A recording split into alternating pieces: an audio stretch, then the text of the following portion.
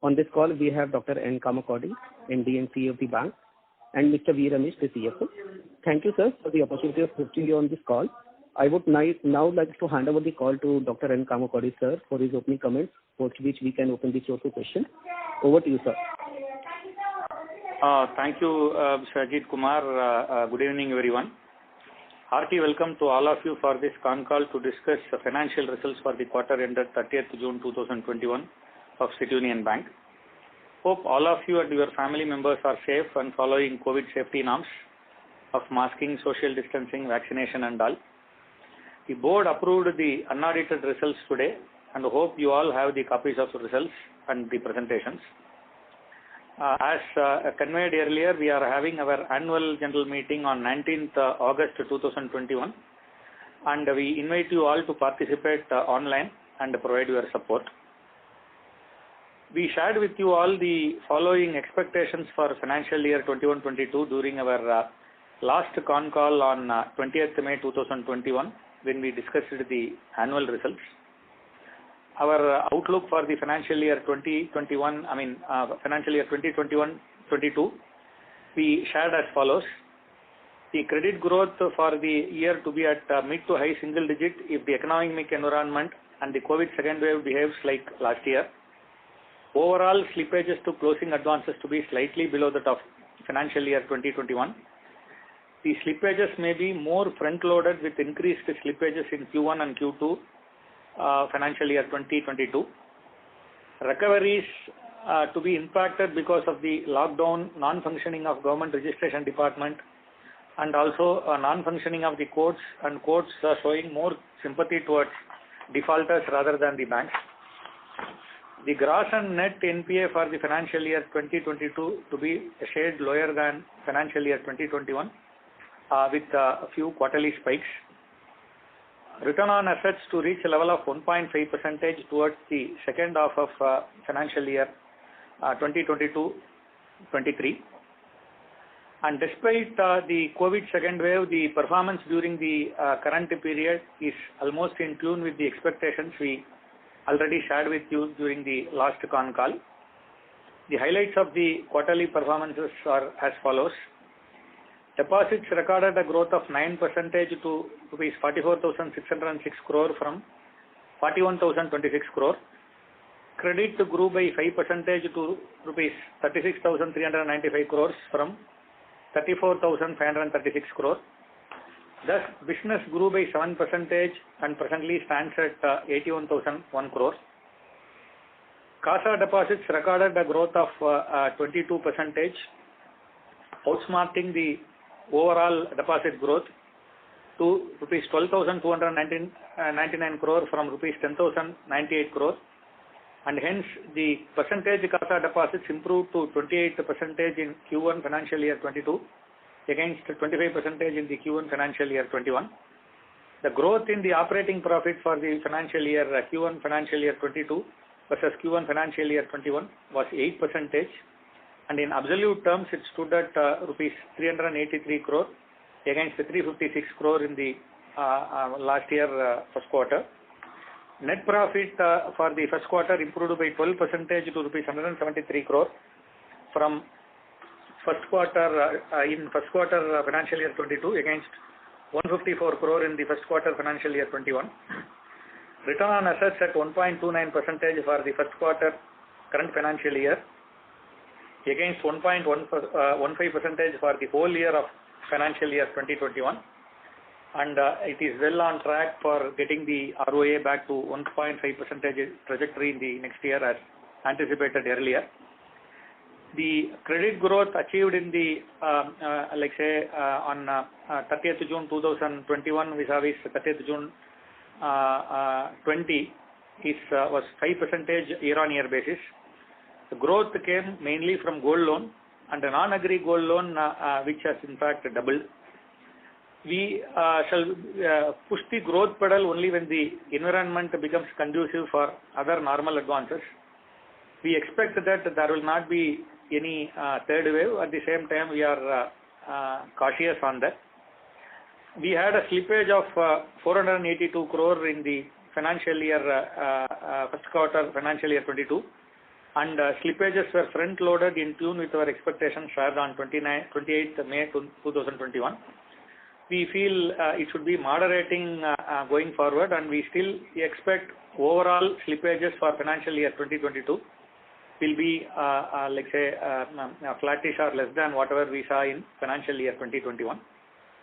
The recovery for the current quarter Q1 financial year 22 was at 101 crore, comprising of 82 crore in live account and 19 crore from the technical written-off accounts. As compared to the recovery during fourth quarter financial year 21 was 110 crore, 76 crore in live and 34 crore in technically written off. So the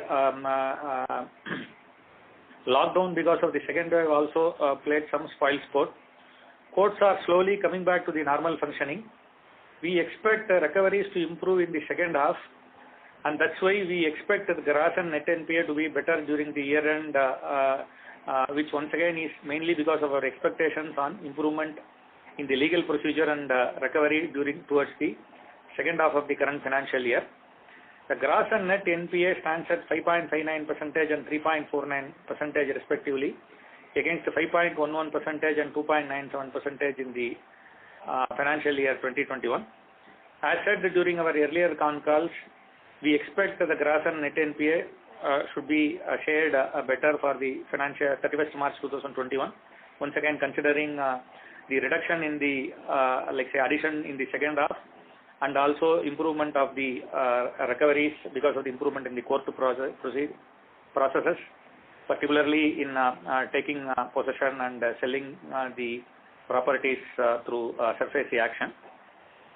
During the financial year 2021, we had restructured about 990 crores of MSME accounts and about 595 crores of non-MSME through COVID resolution framework. Apart from the above, prior to COVID, we had restructured an amount of 242 crore under MSME and 22 crore under non-MSME. Thus, the percentage restructured accounts outstanding as on 31st March 2021 stood at 1,849 crores, comprising of about 5% to closing advances. After the originally it was as if the restructuring window was getting closed with December, and the final processes should have been completed by the 31st March. But because of the second wave on 5th May 2021, RBI extended the restructuring deadline up to September 21, and also raised the threshold limit of restructuring to 50 crore from 25 crore. Based on our prior experience, we are encouraging our eligible cases to use the dispensation, considering the future uncertainty, mainly from the COVID third wave or whatever it is. So we are in engagement with the customers, and through the active engagement, we are trying to encourage wherever the customer even has an iota of uncertainty or whatever it is. During Q1 financial year 22, we had restructured an amount of 83 crore towards MSME and about 103 crore towards non-MSME through COVID resolution framework 2.0. As on 30th June 2021, the total restructured accounts outstanding is about 1,984 crore of 84 crore. Considering the uncertainty of third wave, as I said earlier, we are following up with the eligible customers and encourage them to use the regulatory dispensation. Though we are not getting seeing so much interest yet, we expect there could be another 1 to 1.25% depending upon the interest of the customers before the restriction. In the earlier bad cycles and all, our experience in using the RBI dispensation had really helped us. And another thing what you have to remember is that these facilities are available only for those accounts which did not have SMA 2 or SMA 1 on 29th February 2020, depending upon their MSME. Ladies and gentlemen, requesting you all to please stay online. We are just trying to reconnect the management back to the conference. Requesting all the participants to please stay online. Thank you.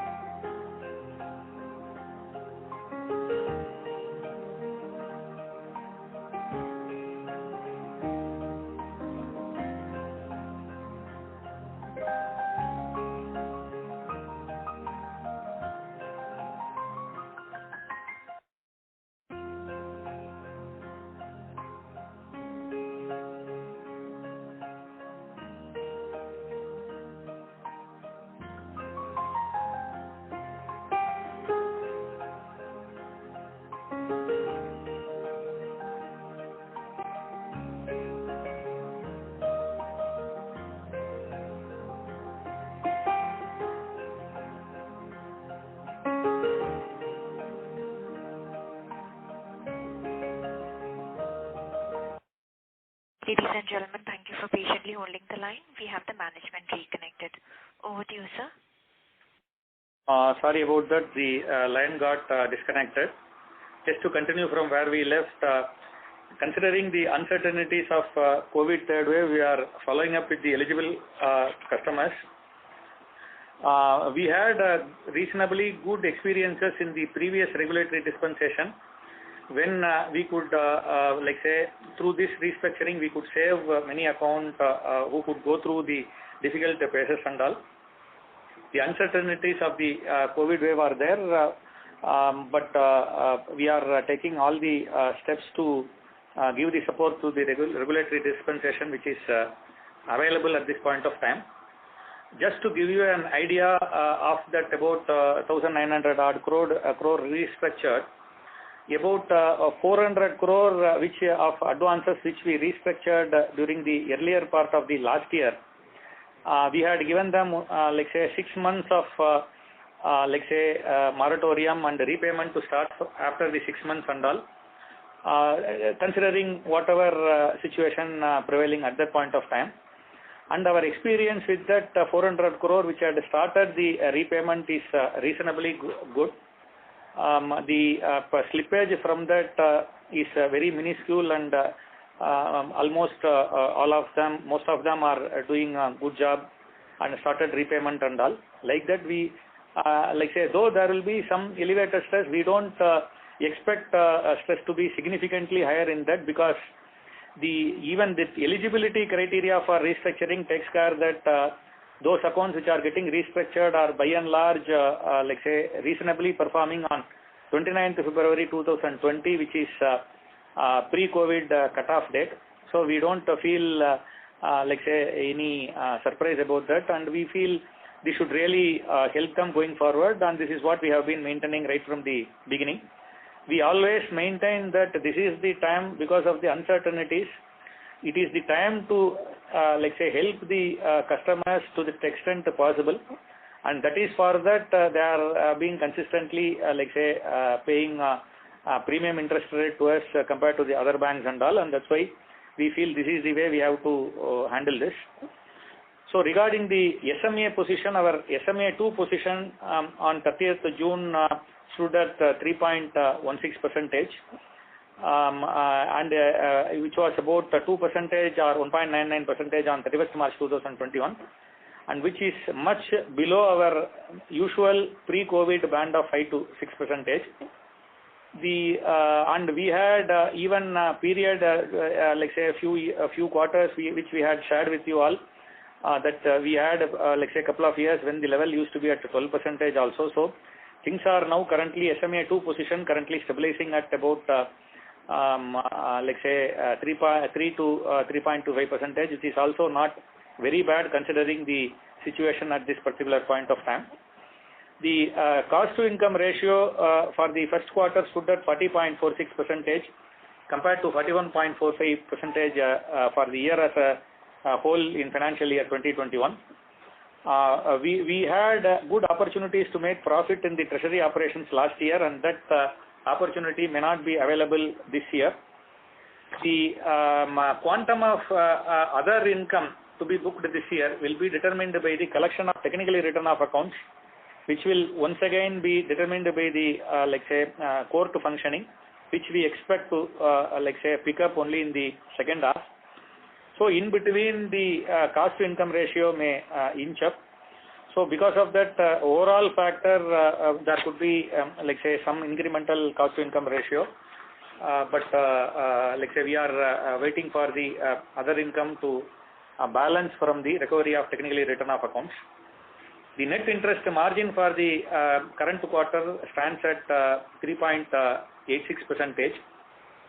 If you had a chance to look into our last 50 to 60 quarters, till 2 years back, we always used to be in the range of about 3.4 to 3.75% net interest margin. The net interest margin used to expand when the interest rate cycle goes up and contract when the interest rate cycle goes down. But in the just earlier cycle, even though the interest rate cycle started falling down, the margins did not contract because there was supply side constraint, particularly when most of the public sector banks were under the PCA framework and there was supply side issues on credit. But now, the liquidity, is currently overflooded in the market, and the credit deposit ratio has also come down to around 80 to 82% bucket, and that's why, we are anticipating that for the current financial year, net interest margin will remain in the range of 3.75 to 4%. We are currently, if you have seen, both our cost of deposits and yield on advances have almost, yield on funds have almost come down equally in a parallel way. But because of the reduced CD ratio, there is some amount of moderation of few basis points in terms of net interest margin. But this is what we expect between 3.75 to 4% for the current financial year. During the financial year 2020, we kept the profits at ROA of 1%, and over and above that, we made a COVID provision. And for financial year 2021, we declared a net profit with ROA of 1.15%. So we in fact shared with you all that we should be reaching the level of 1.5% ROA in the second half of financial year 22-23. I think we are on track on the, on whatever we promised earlier. And we also, received questions from few analysts you could have, revised, reversed the entire surplus COVID provision and put it for the NPA and increase your coverage ratio and things like that. All these things are basically, everything is in the open domain. So these decisions we take depending upon the, factors that are prevailing at this point of time.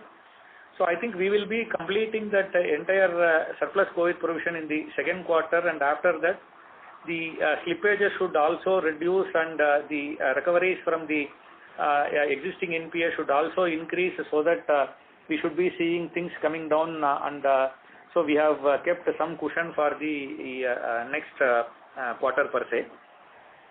Our capital adequacy ratio currently stands at 19.58%, of which Tier 1 itself is about 18.51% for the 30th June 2021. It has improved mainly because, a lot of gold loan and all. The other, the incremental loans mainly has 0% risk weight because of the regulatory guideline. We are adequately capitalized, and we don't foresee any capital requirement at the current year or maybe next year also.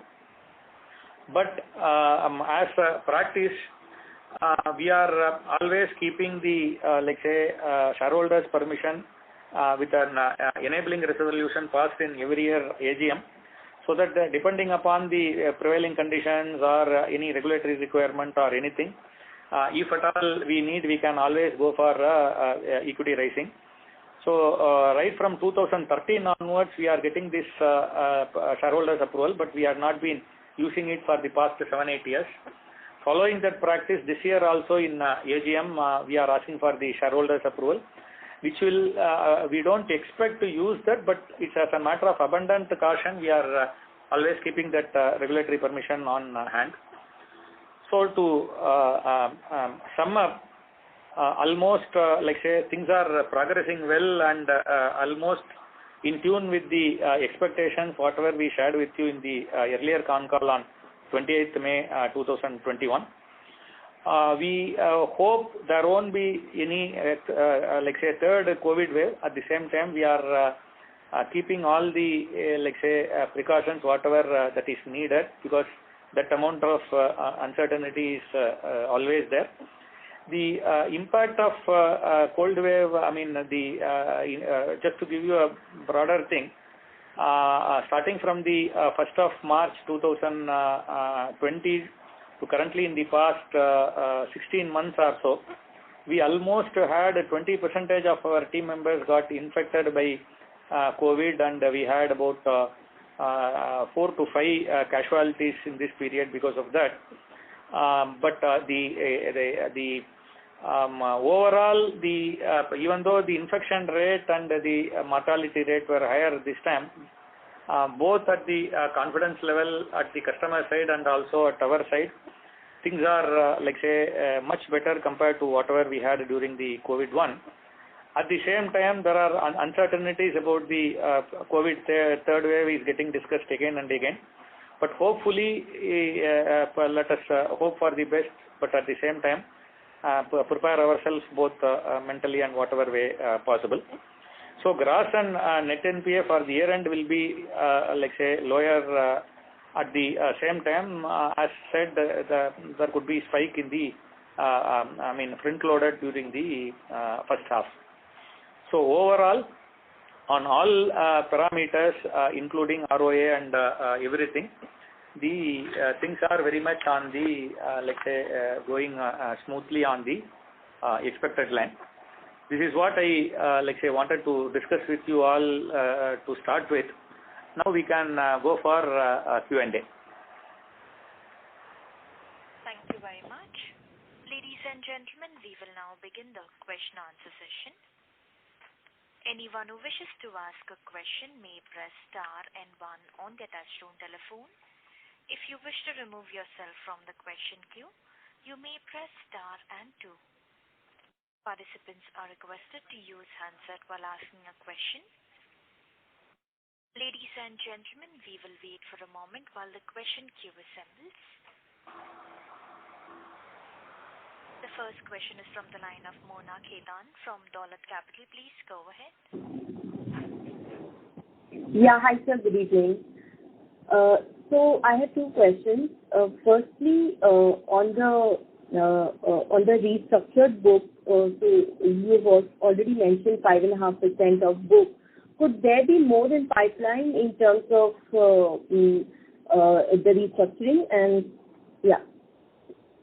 See, basically, we had always been very liberal with the giving regulatory forbearance to the people. We actively engage with them, engage with our customers, and encourage them to use that.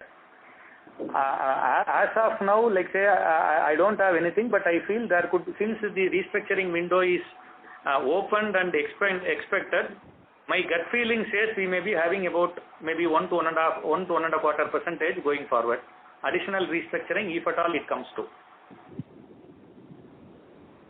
Okay. Sorry, I didn't get that. 1 to 1.5% additional. 1 to 1.25. Okay. Got it. And on the SMA book, you mentioned it stands at about in the range of 3.25%, much lower than what we had seen at pre-COVID. Could this be partly driven by the higher forbearance in terms of both ECLGS or restructuring that we have seen, and once things normalize, maybe 2 years down the line, could this number be back to 6% or so, given the kind of segment you are in? See, that should be the like say a logical thing to expect.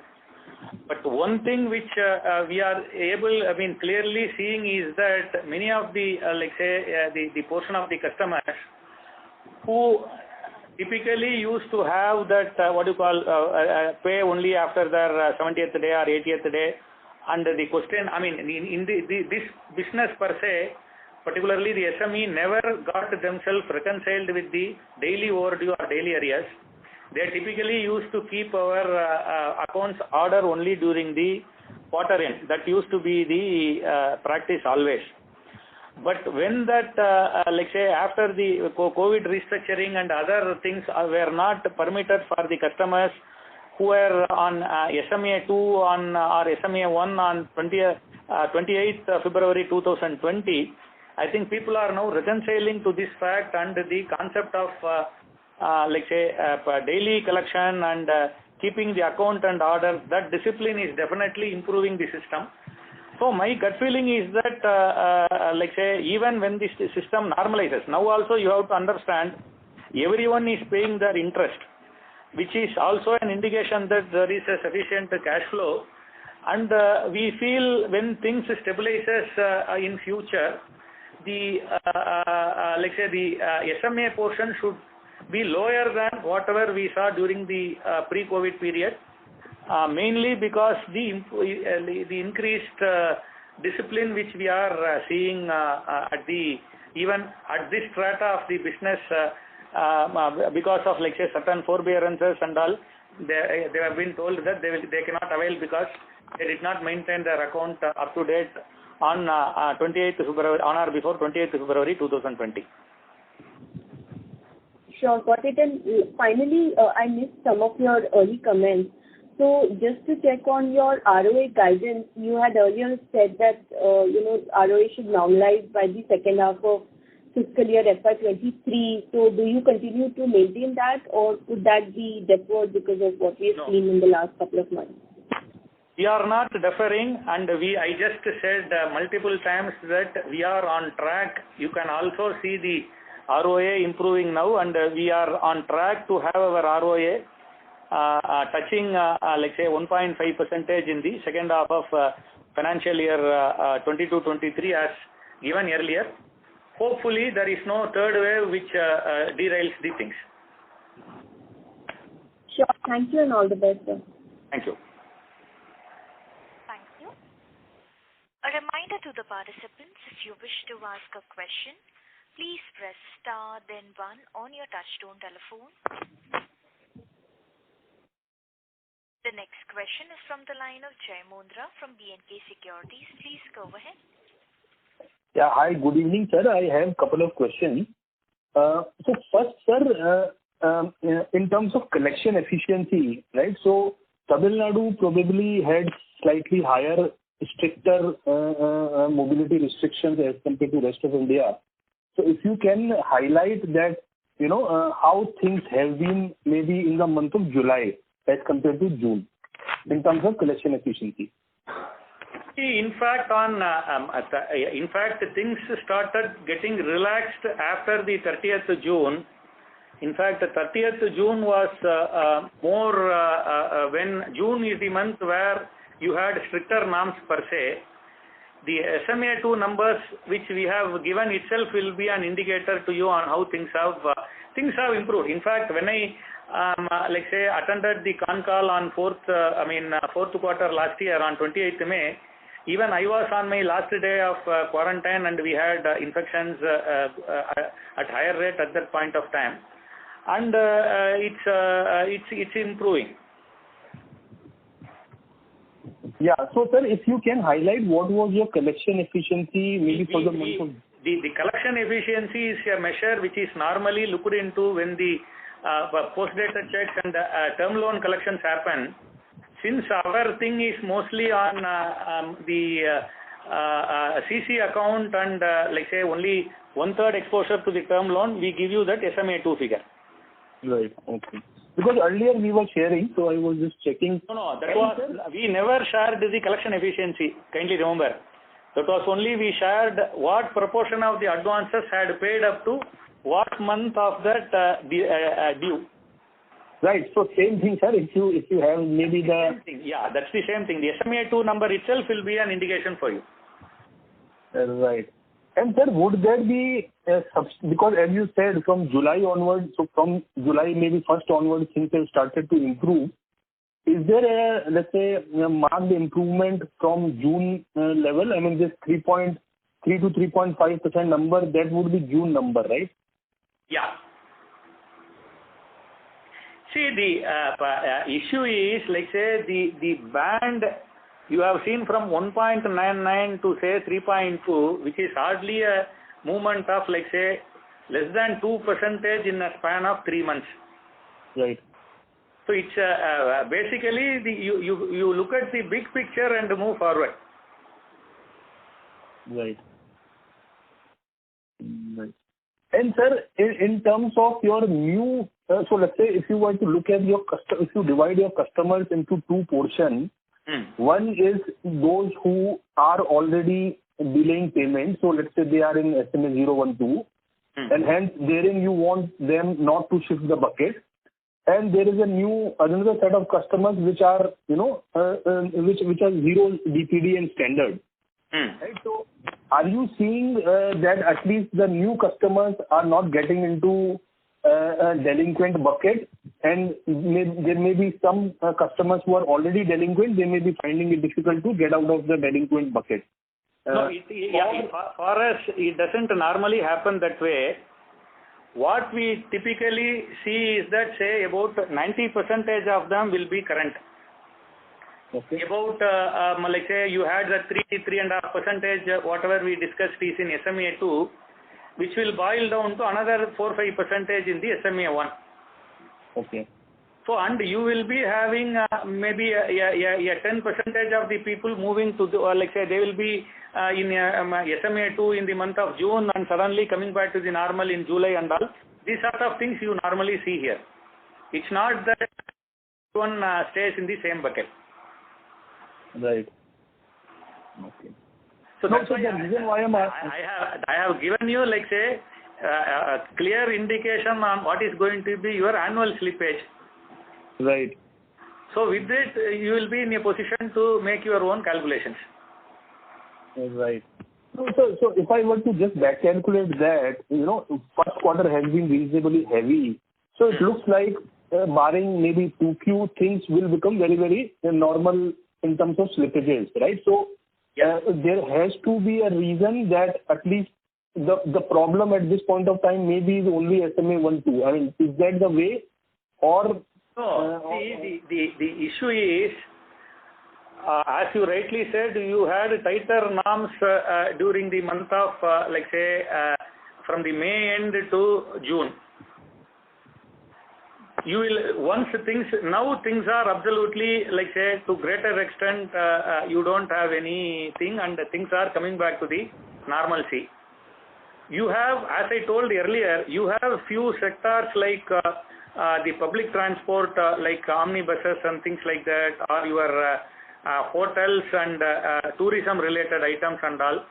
These sectors have not come out of the shock yet. They are not yet fully operational, and some of them, like say, they have reduced their outstanding by selling their non-core assets, and like say, some are asking for the restructuring or already got restructured. All these people are in, like say, they will be in the stressed category till things normalizes. Apart from that, other sectors of, like say, the whatever 5-6% which are moving from one segment to another segment, they are like say, depending upon the like say strictness down is done, some amount of disruptions in the cash flow will be there. But this time, in most of the manufacturing, like say, because the like say the migrant workers and all did not go home and all, and at many places and all, the manufacturing were allowed to function with the activity did not become zero for some time, like say, unlike what happened in the last time. So there are few segments which were affected, continued to get affected from the first wave, and a few segments which got affected in the first wave but are doing reasonably better this time. Right. Understood, sir. And the next question is on ROA trajectory. Right? So as of now, we are around 1.29. And, this quarter, as you said, slippages have been front-loaded. Next quarter also, you are indicating there could be, elevated slippages, and then it should taper. But in the next quarter, you are going to write back whatever is the residual provisioning. So, I mean, I'm saying from 1.3% ROA, why would there be so much time before you reach 1.5% for the next 4? I mean, you are saying that from 5 quarter hence we will reach to 1.5%. So why? Why will not things normalize quicker? See, it's not 5 quarter; it is 4 quarter. So okay, if you take it in your way, improving ROA by 5 basis point quarter by quarter is not an easy joke. I want to make it very clear. If increasing that is like just shifting a gear in the car, every bank should be having 1.5% ROA by now. Right. You have to do tapasya to take ROA by like say every basis point above 1. You agree with me or not? No, I agree, sir. Actually, understood. It's not just pulling your Excel spreadsheet. Right. Okay. And sir, just on MSME restructured, right? So RBI regulation says if they pay 20%, then you can reverse half of the provisions. But the tagging of an account as restructured, when will it become a standard? I mean, without restructuring tag, or that will remain till the entire tenure gets over? No, basically, like say 2 years, if they had performed as per the restructuring terms, they will be losing the tag. But there is another tag on that. Even after that, if any time in future, like say, till that those accounts are totally closed, say for example, after 5 years, that particular account slips into NPA, the provisioning norms will be completely changed, and they will be considered as NPA. From the date of restructuring, and the incremental provisioning you have to make as per that aging. Understood. But that untagging will only happen if they until the loan gets over, right? No, 2 years from the date of restructuring, you can normalize. And all the other things can be done. Like they will not be disclosed as restructuring in the regulatory filing and things like that. Okay. So if you are given 1 year moratorium, then after that one year moratorium window, if they perform for 2 years, then they will be untagged. Yeah, and you can reverse that surplus, standard asset provision, whatever you are making on that restructuring. Right. After the 2 years of functioning. Understood. Great, sir. I have few more questions. I will come back in this week. Thank you, sir. Thank you. Before we take the next question, a reminder to the participants, if you wish to ask a question, please press star then 1. The next question is from the line of Akshay Ashok from Dalal & Broacha. Please go ahead. Yeah, hi sir. Congrats on a good set of numbers. I just wanted to know the reason why your provisioning has gone down on a QOQ basis. Is it because of more restructuring? What is the reason? Because I see the numbers and it has gone down on a QOQ basis around sequentially. Around 29% provisions have come down on a QOQ basis. What is the main reason for this? Thanks. See, basically we had taken about 83 crores from the whatever we kept for the COVID. Okay. So this provision was made in the last year itself. Okay. And that's why it looks lower for you. Okay. P&L impact is taken already.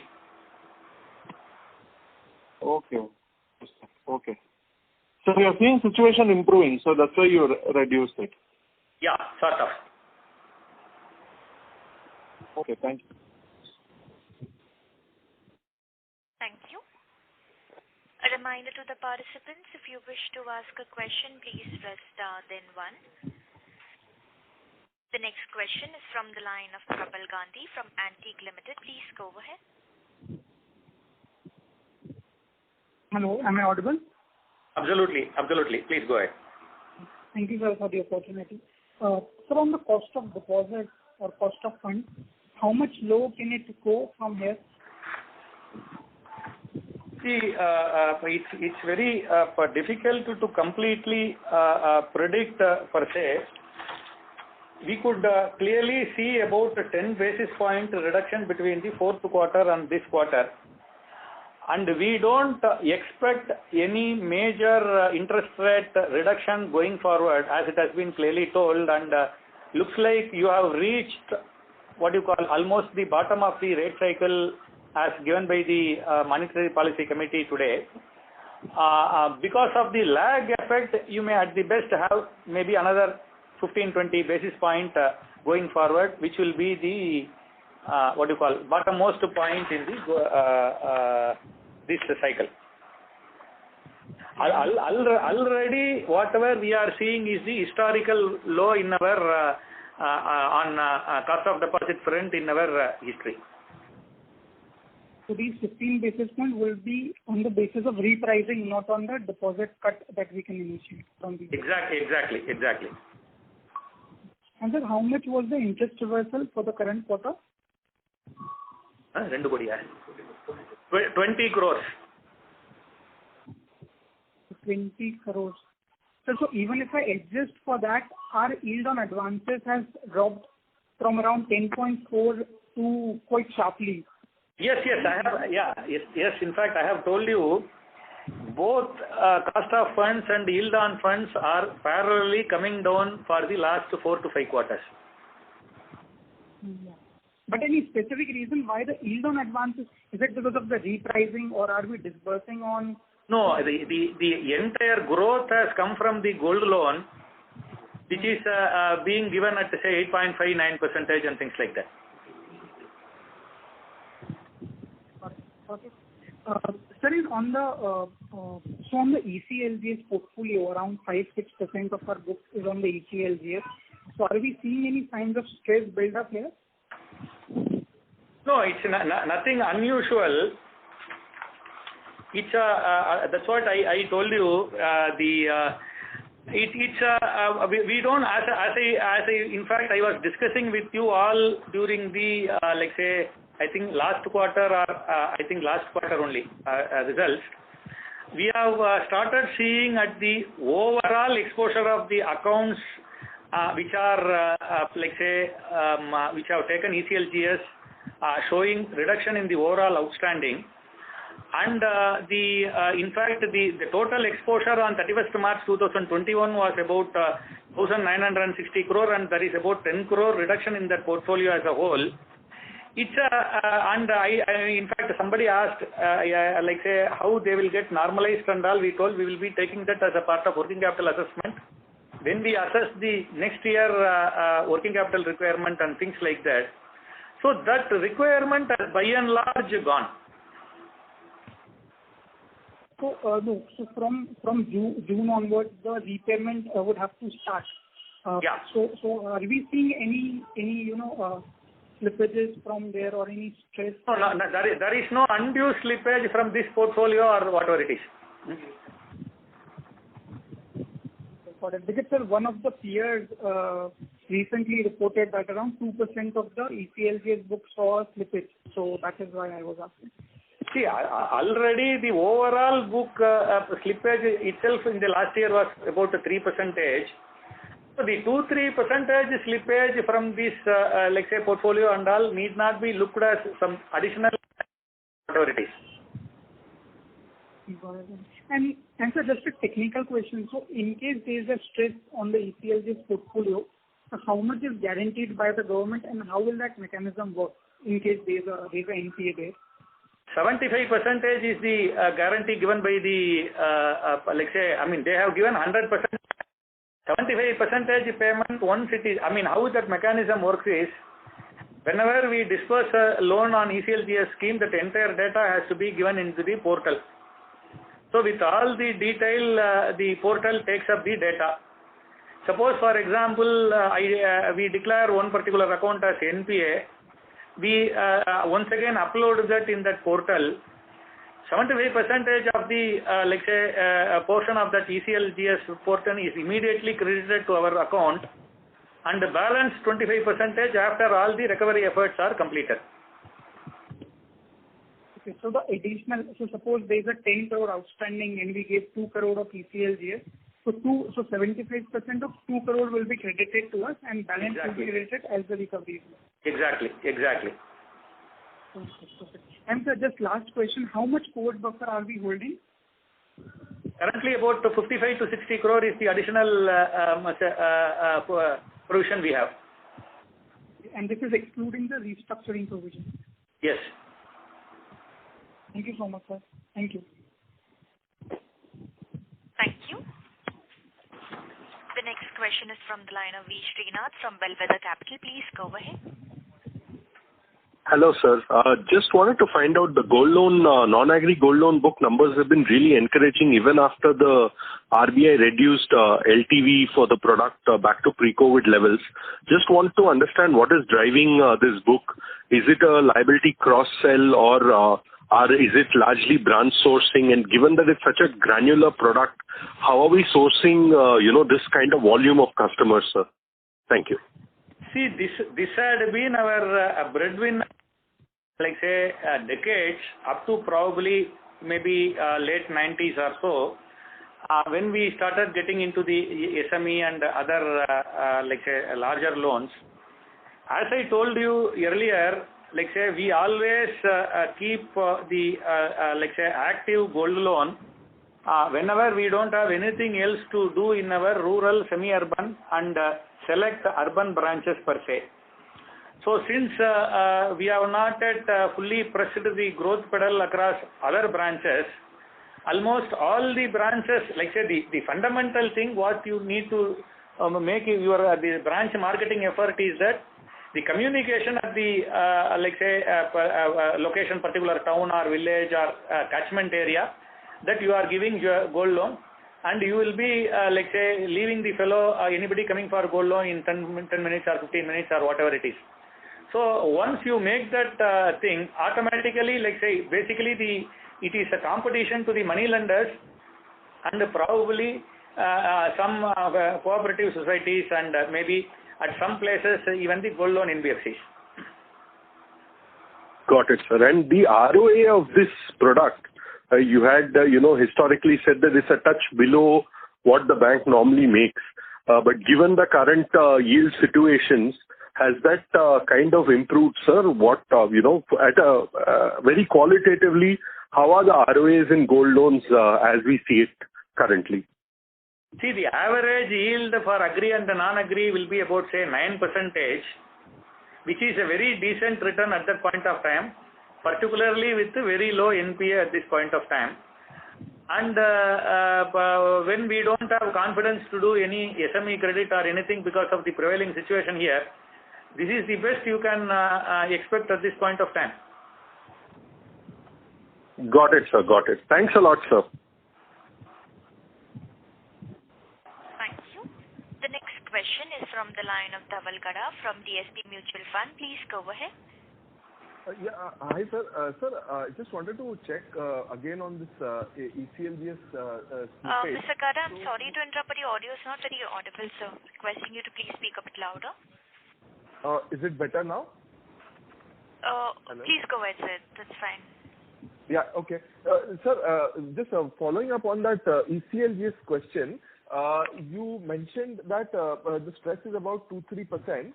If I just see the number last quarter, we had close to 2,000 crore disbursement.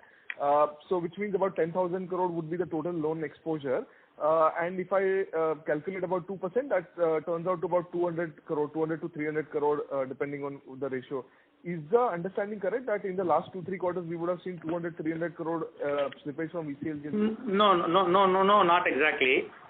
See, the like say many of the ECLGS fellows, like say some of them the repayment may itself start for this particular portion if they are not restructured only on the like say after 1 year or 2 years, depending upon which category of ECLGS they are getting into.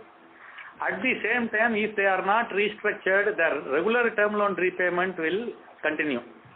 So we have to look into all these aspects and make a call like to what extent there is a delay in the repayment and delay in the stress.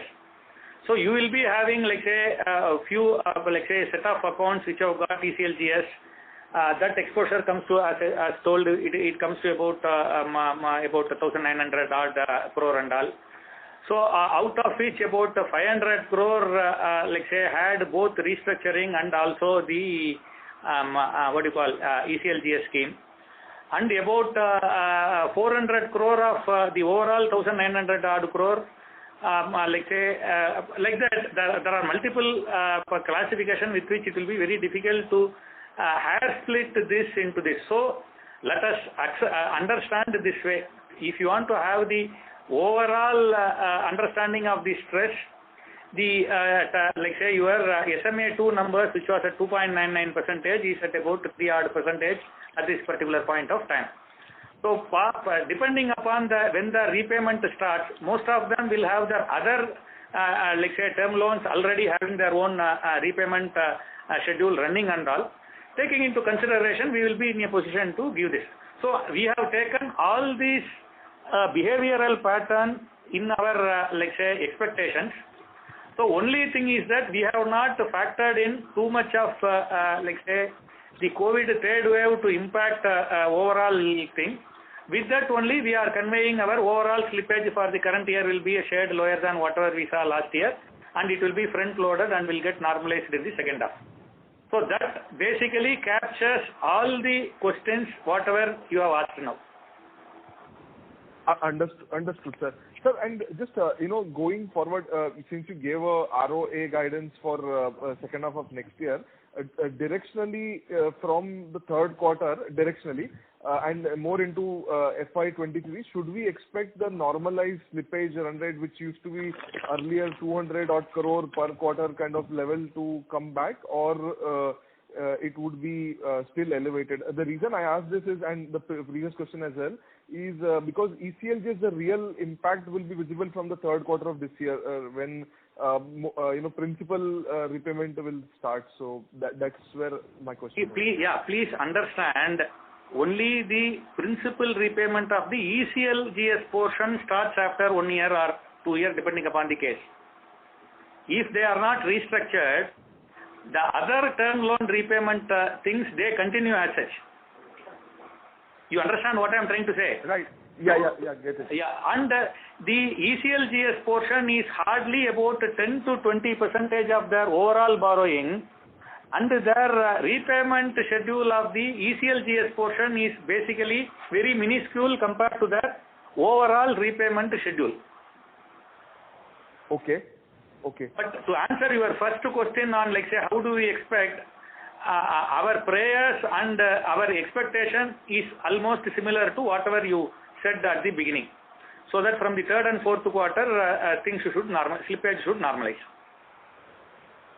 Understood, sir. Perfect. And sir, just one last question. Don't think that it is driven by the, like say, repayment of the ECLGS and all. Got it, sir. Got it. Clear. Sir, just one final point on the credit growth. You talked about, as you get more comfortable, you will start opening up. And given the fact that Tamil Nadu is still, not fully opened up, it's still under part lockdown. So, when do you see the, bank being ready to accelerate on this front? Would it be end of the year, somewhere start of next year? Because the reason I ask again is, pre-pandemic as well, there was some growth slowdown that was visible. And then we've seen last 1.5 year in a similar trajectory. So just, directionally, when do you see growth coming back? See, last year, like say, towards the end of the third quarter and the fourth quarter, things almost came to as if, like say, the activity level came back to normalcy as if there was no tomorrow. Over 90% of the borrowers and all, they could record even a shade more turnover in financial year 2021 compared to whatever they recorded in the financial year 1920. despite having COVID lockdown in the first 3-4 months of the financial year 2021. So like that, we are keeping our eyes and ears open to the grassroots level. So if we see things stabilizing and also the risk of further COVID waves and resultant lockdowns get eliminated and all, we will ascertain whether we should be in a position to shift the gear. We will get a clarity post Diwali. Got it, sir. Perfect. Thank you and all the best. Thank you. Thank you. The next question is from the line of Krishnan ASV from HDFC Securities. Please go ahead. Yeah, hi.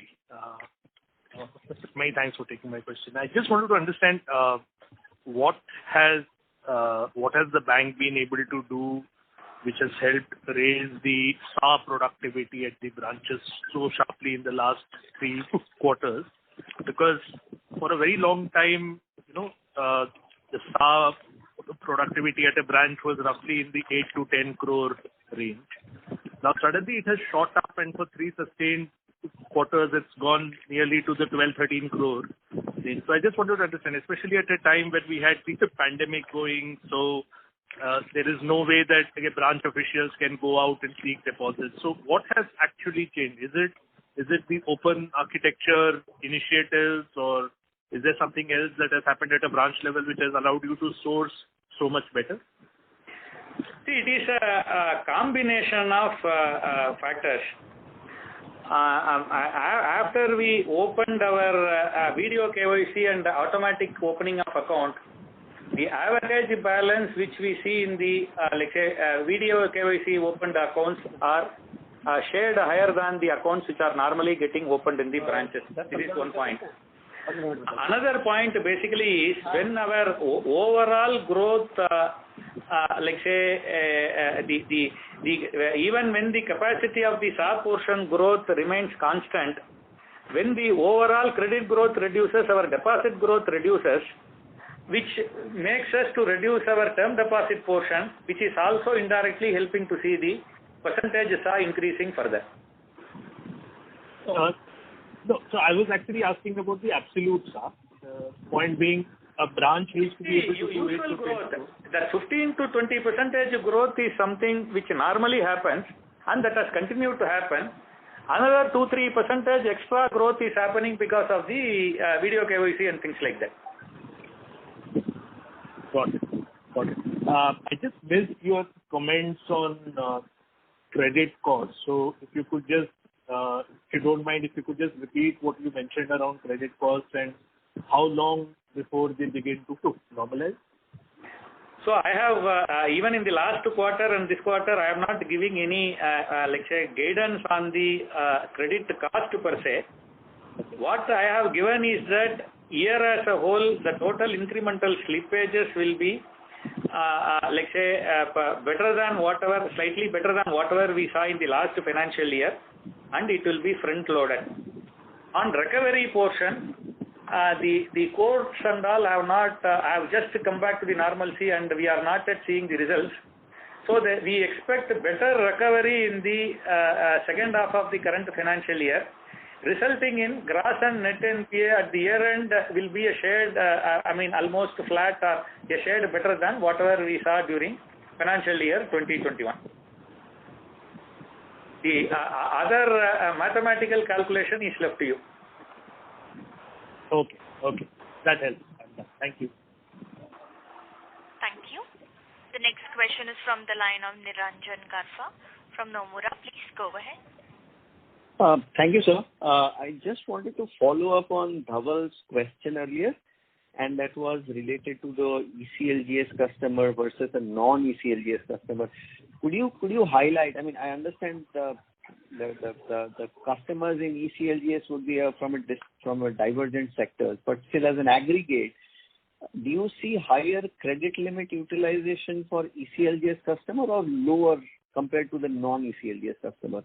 And at a certain point, I'm assuming, there will be a certain tipping point. I mean, if they are utilizing higher, it might mean that they are actually, the credit profile is weaker.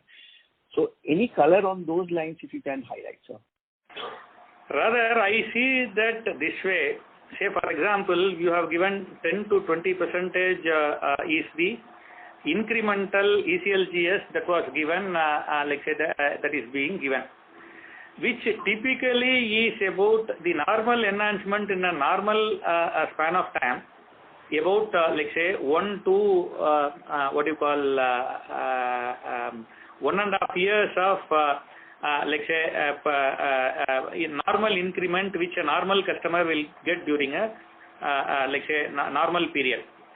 So we typically used to observe that in the incremental working capital assessment depending upon the thing. And I also remember saying this in the last I think con call only. When I compared between let's say to please understand particularly on ECLGS thing, 2-3 things. Only those accounts which were healthy on 28th February 2020 are eligible for ECLGS. Sure. If the stress was there even before the pre-COVID, they don't have any let's say eligibility for the ECLGS scheme. So about 20% or 10% depending upon the thing it was given, and I in fact specifically told ECLGS customers who utilized about 50% of that total ECLGS who took it, they had at aggregate level, at let's say customer ID level, they had lower exposure on 31st March 2021 compared to 31st March 2020, even though they had utilized ECLGS. So ECLGS was mainly utilized for, like say, to take care of the temporary cash flow mismatches and liquidity at that point of time. It was needed at that point of time. And a customer get it at a lower rate, and it is also guaranteed by the government. So the customer is happy that he is getting at a lower interest rate, and banks are happy that they are getting for that portion the government guarantee. So basically, even at that point of, I don't have the figure for 30th June because I did this exercise and discussed only on with the 31st March figure. Despite having taken ECLGS scheme, the customers having about 50% of the exposure on those customers who took ECLGS scheme, the total outstanding for at the customer ID level, their ECLGS scheme was like say still outstanding, but they reduced their working capital, and the year-end figure was lower than the previous years despite taking ECLGS. Okay. So, sir, extending it further, would it therefore have a, the trend of growth itself will be divergent? Do you expect the ECLGS customers to take lesser, working capital loans going forward? No. I'll explain to you. Like say, when we assess that, say, for example, somebody has got, say, 10 crore of working capital limit. He was given, like say, 2 crore of ECLGS, 20% of that. So the working capital, like say, when we calculate for the next year, so we will, like say, if our estimated working capital limit is say 11 crore and here 12 crore, we will not give any enhancement. We will, and the following year, out of that 2 crore ECLGS scheme, say suppose he might have repaid 50 lakhs or 1 crore depending upon his repayment tenure. So we will add that in the existing working capital what we have given, so that it will get normalized over the next 1.5 years. Okay. It will not just like that continue as an additional thing going forward. Okay. And sir, if I can, change that, we basically mentioned 500 crore is like an overlap of ECLGS and restructure, right? Yeah. So if that 500 is like 2,500 crore exposure roughly. No. 500 crore I am talking is the 500 crore exposure, which include 500 crore is the total outstanding. Don't confuse. Okay. So basically, out of that 2,000 crore restructured, you have 500, which is also is ECLGS portfolio. Included. Yeah. So 100 crore is like an ECLGS, and therefore 500 is the exposure. Exactly. Okay. That's good to know, sir. Yes. Thank you so much. Yeah, good that you asked that question. Like say, I took it for granted and explained. Thank you, sir. If you multiply it to 5 times and all, calculation will go haywire. Yeah, that's what I can't sleep. That was the problem. Yeah, thanks for clarifying that, sir. Yeah. Thank you. We take the next question from the line of Sri Karthik from Investor Capital. Please go ahead. Hello. Good evening, sir. I have a couple of questions. So from a growth perspective, the MSME sector has been struggling for almost 5-6 years now since Demon. So do you think generally as we normalize and get back to regular ways, a 15-20% growth from the MSME sector can be quite sustainable from here on? That is one. Second is, if you could give some qualitative comments in terms of asset quality performance between manufacturing units and service units, sir, especially lodges, educational institutes, restaurants, etc., which have probably had a tougher time. So these two are the questions. So your first question is on sustainability of MSME, and the second question is on the service sector and manufacturing. Yes, sir. See, the MSME sector from the demonetization time onwards, like say, it apparently looked like say it is going through some amount of stress and all. It is going through a period of reorganization. Those set of MSMEs who were just thriving on the taxes evaded, they are facing the music now and they are getting eliminated. So this process will continue for, the COVID also added to the OO. So once these, like say, MSMEs who were, like say, who were managing the show only with the evaded, once they get wiped off, the system will come back to the normalcy. And in fact, I don't know, about 6-7 years back, in one of the con calls I suggested, probably we had probably from up to financial year, say from 2003 to 2013 or 2004 to 2014, for about 10 years, the credit growth was almost say 3 times as the GDP growth. And you also had higher inflation, and like say the sector growth rate like say for 17-18% and all were quite normal for a few years in that period. But going forward, at that point of time, there were like say discussions that the banking sector growth rate together itself will get into single digit for like say multiple reasons. One, lower inflation is setting in. Number two, the corporates will be driven to bond market because of your whatever like say you call the compliance cost, like say so many conditions on the bank borrowing going forward and all. And the third factor was that the capital availability for public sector banks were getting lowered, and that's why their contribution will start lowering, which will be an opportunity for the private sector banks like us. Overall seeing, we may not be seeing once again that 20% growth, 18% growth and all are going to be very tough. So overall growth, like say, will come to the single digits, and probably we should be stabilizing somewhere between 10 to 15%, and also like say getting our ROE above 15%, so that the retained earning itself will take care of the like say capital requirements, which I am talking about like say today or not today or tomorrow or day after tomorrow. I am talking for a period of like say 10 years down the line or whatever it is. That during that period, definitely the growth from these sectors will be sustainable, but it will not be 20-25% as you are expecting. This is on your first question. On second question, yes, currently the service sector is more affected compared to the manufacturing sector. Be it your hotels, be it your restaurants, be it your tourism, be it passenger car transport, be it your education, all these sectors have not yet come back to the normalcy. So it will take a few more quarters to see them back on track. Will be our cumulative exposure to such services sectors, sir, which are impacted, of course? Yeah, I told it comes to about like say 6 to 7%. We discussed about a couple of quarters back that the hotels, the restaurants, the school and the bus transport and things like that, which have not yet come back to the normalcy, about 5 to 6%.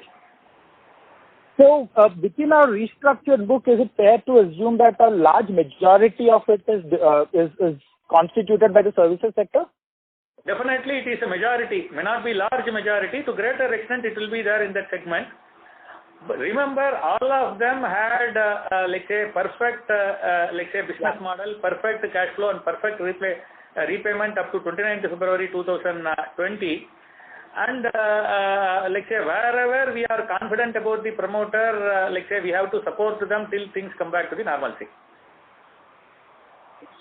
Sure, sir. So simply back calculating these two looks like 40-50% of this book seems to be restructured. Yeah, rather I can say this way.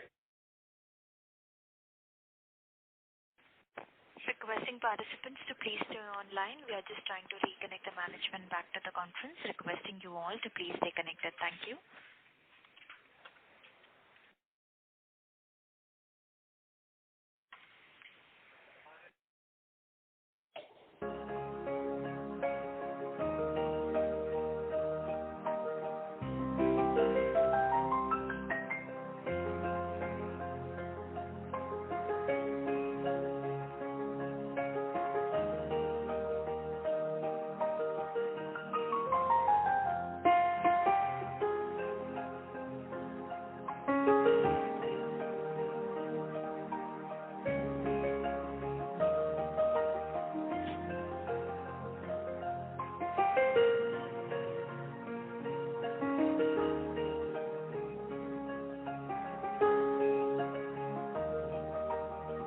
Ladies and gentlemen, thank you for patiently holding the line. We have the management reconnected. Over to you, sir.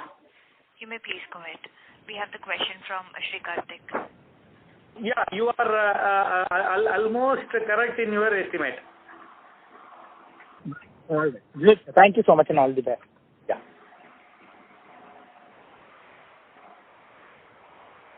Thank you. The next question is from the line of Gaurav Jani from Centrum Broking. Please go ahead. Thank you for taking my question, sir. Just one question on the recovery front. What steps are we taking to sort of ensure that in case of further restrictions or lockdowns, the standard portfolio at least pays up on time and recoveries don't get hampered so that incremental slippages could be much lower. That's it. Thank you. See, we are let's say, our branch managers and executives are in close touch with the borrower by borrower. So the branch managers are, let's say, estimating both from the arrears list and also with the discussion on each and every borrower, let's say, whether he has any issues, whether his cash flow is sustainable, if at all he has any problem, whether it is temporary or permanent. What about the track record of that person, whether he is fully trustworthy or not. So if the problems are temporary, we go for the restructuring. If the problems are permanent, we are encouraging and we are in, let's say, engaging with the borrower to sell their other collaterals and reduce the outstanding and all, so that the existing business will be, let's say, sustainable to take care of the requirement and all. All the major thing what we are doing is to impress upon the borrower to reduce the outstanding in tune with the business opportunities, which is happening to a greater extent, and particularly the COVID wave has given lot of sense to the otherwise eternally optimistic businessmen.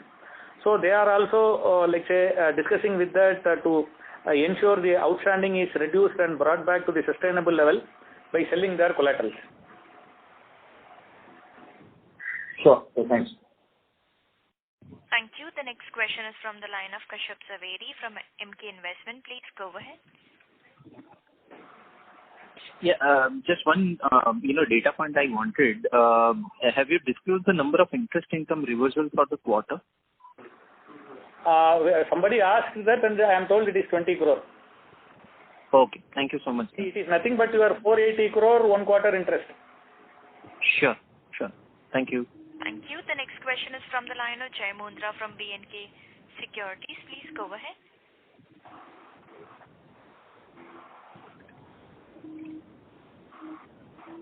Sir, just allow me a minute. Mr. Mundra just signaled. Mr. Jai Mundra, you may go ahead with your question. Yeah, hi sir. Thanks for the opportunity. Sir, two things. One, you just mentioned about this ECLGS study that you did, that at the period end, in March 2021, the balance at customer ID level was lower. And can you tell the amount, sir? Because it looks like it would be interesting to understand that the ECLGS outstanding is around 1950 crores, 1960 crores as of last quarter. But what is the absolute amount at customer level? See, even between 31st March 2021 and 30th June 2021, at aggregate level, the overall outstanding is 10 crore less. Okay. So I don't have that sheet. I think if you that whatever I told about that, I remember somebody asked this question and I told it's about to say from my memory. I don't have that sheet with me, but from my memory, like say for example, totally you have about say 2,000 crore worth of like say exposure of the what you call இது வந்து அவனோட மொத்த exposure தானப்பா அது. See the like say the ECLGS loan was given about like say 2,000 crore, about 19,000 odd crore. The total outstanding of that person is about like say total is about 10,000 crore. The 20% of that is your 2,000 crore. In that your overall for about 5,000 odd crore exposure, the overall outstanding on for that BPIDs on 31st March 2021 was lower than 31st March 2020. Right. No, that I understood. I just wanted to check, does it actually correlate to 5x or this is a slightly different number? Is the outstanding 5x of disbursement or there could be a very different number? No. See, this is basically the like say outstanding of those borrowers who received their ECLGS. Right. So 1950 crore is the ECLGS disbursement, right? Yes. And you said at March end, the total outstanding, the total outstanding of that person is say 2,000 crore on 31st March 2020, which was pre-COVID, pre-ECLGS time period. You get me? Yes. For the same borrower, like say 50% of the borrower on 31st March 2021, even though they had received like say ECLGS, their final outstanding at customer ID was lower. Correct. No. So I just wanted to understand that ratio, if it is 5x, or it looks like it could be more than 5x, right? Because he has other facility also, even though he has repaid. But no.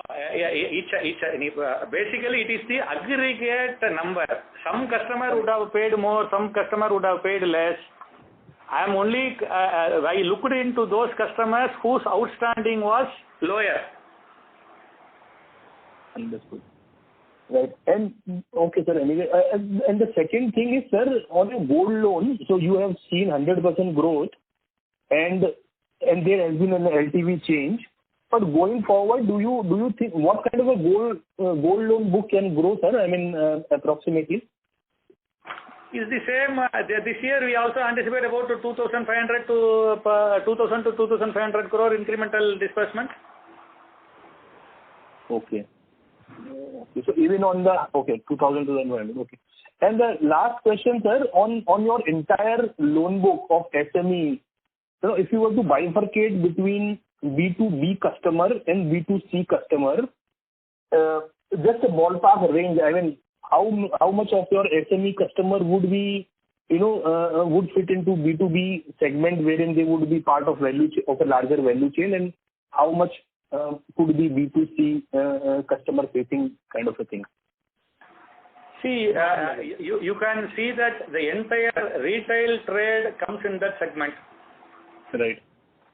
But coming to the, let's say, manufacturing side of the MSME, 75% of them will be B2B. Approximately, my guesstimate. Yes. So entire trader, both retail and wholesale. No. Wholesale will be B2B. Okay. Retail will be B2C. Right. On manufacturing side, maximum will be to B2B. Right. Okay. Yeah. All right, sir. That is all from my side. Thank you so much, sir, and all the best. Thank you. Ladies and gentlemen, that was the last question for today. I would now like to hand the conference back to the management for closing comments. Over to you all, sir. Yeah, thank you all for attending this conference. Particularly, I think I have tried to answer your question as much as possible, because I now understand we take certain things for granted, but it is being understood in a different way, and that's why the discussions come anyway. All the data points and any more discussion you want to have, you can always get in touch with us. The contact point given is Mr. Jayaraman, whose contact details are in the presentation. Once again, just to sum up, things are almost on track on whatever we discussed during the, let's say, fourth quarter earlier con call. Hopefully, let's say, we expect, on one side, the uncertainty of the COVID third wave is there, but we hope and pray the impact should not be bad, because the vaccination and all have improved and things like that. That is one uncertainty, still it is there before everyone in the world. Hopefully, by God's grace, let us hope things will get better. I once again request all of you to follow the COVID appropriate behavior, like masking, washing hands, not getting into the crowd, vaccination and things like that. And once again, we are always available for answering your queries. And as I told, the annual general body meeting is scheduled on 19th August. I request all of you, if possible, join through the online mode. Once again, thank you all for the opportunity, and thanks to Ambit and Mr. Kumar for organizing this con call.